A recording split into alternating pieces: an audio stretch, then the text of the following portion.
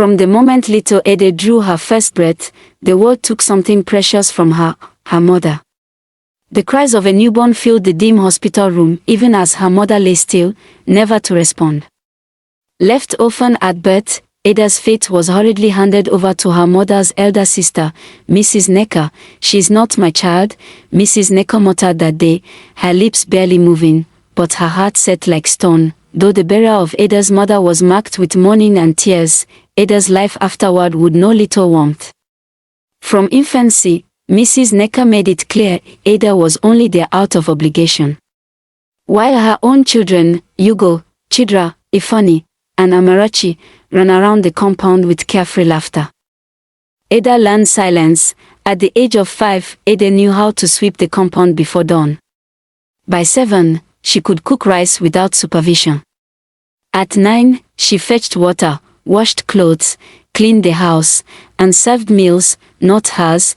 Before her aunt's pampered children ever got out of bed, "Did you wash those plates properly?"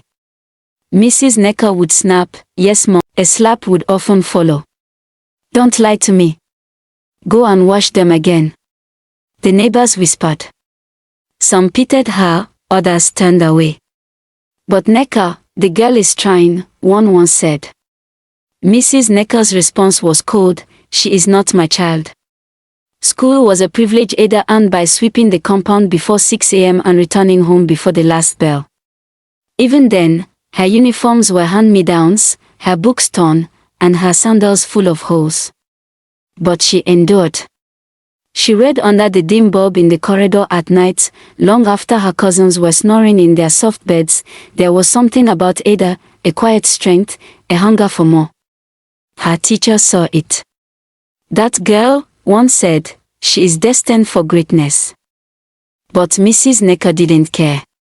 "Let her be great with a broom and mop," she would retort. Years passed.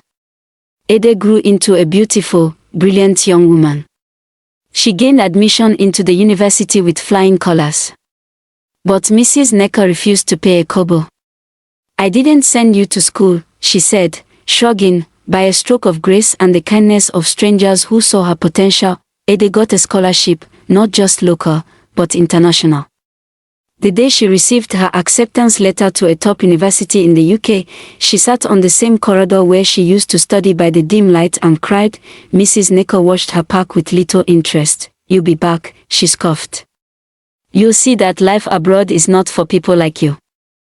But Ada never came back, at least not in the way her aunt imagined. From London, she built a life. She excelled, earned degrees, got a high-paying job, and eventually started a tech company. Years rolled by, and Ada became a celebrated name in the tech world, gracing newspapers, magazines, and TV shows. People in her village began to mention her name with pride. Back home, Mrs. Necker's world was crumbling. Hugo had joined a gang and was constantly in and out of police custody.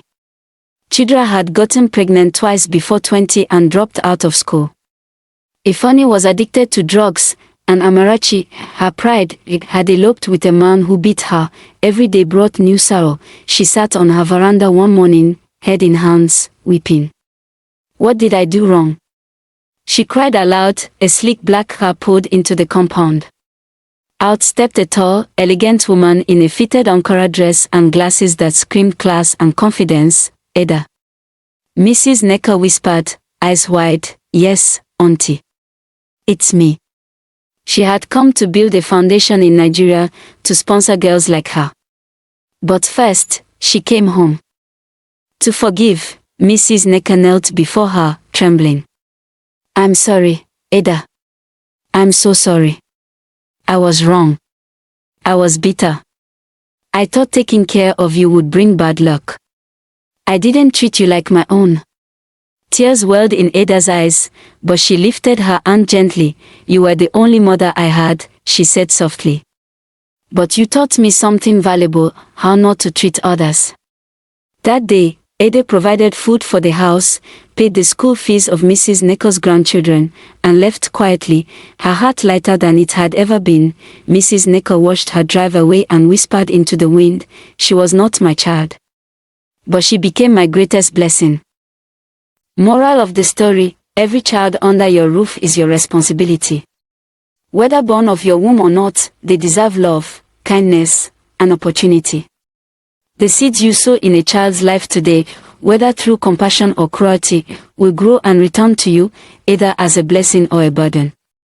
Ada's success and her cousin's downfall show that maltreatment bears bitter fruit, while love has the power to transform destinies. Treat every child in your care with dignity, because you never know who will rise tomorrow.